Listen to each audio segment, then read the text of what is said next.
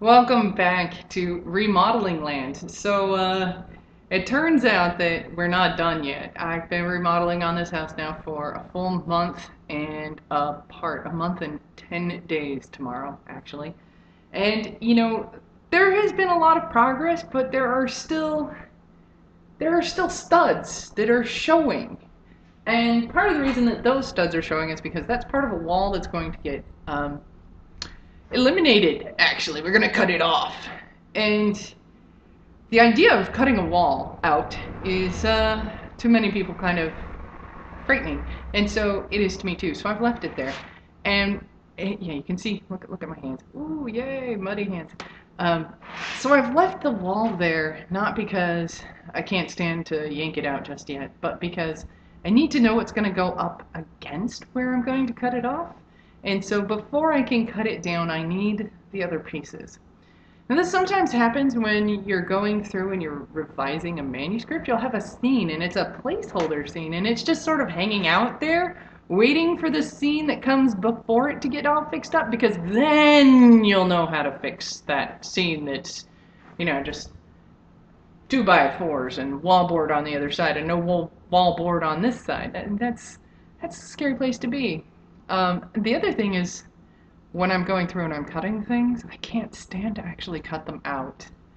I know that kind of is crazy, and they say kill your darlings. Well, yeah, it's a problem. It's hard. The first time I wrote that scene, I loved it.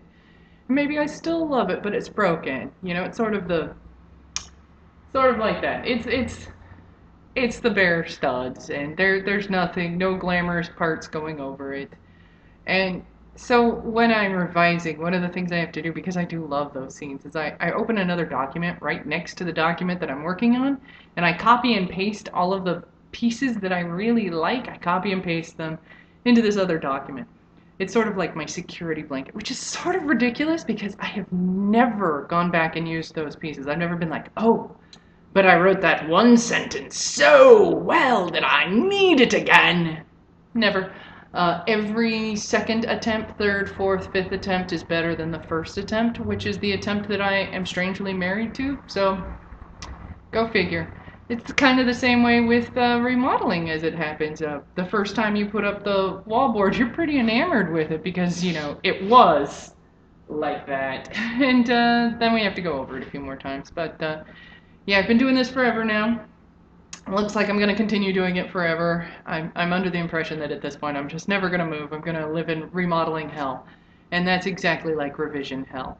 You feel like you're stuck there forever, like your career isn't moving forward and you don't have any new manuscripts going on and you have other things going on in your life, usually a day job. But, even when it does take a long time and they're big jobs and it's hard work, remodeling and revising are hard work.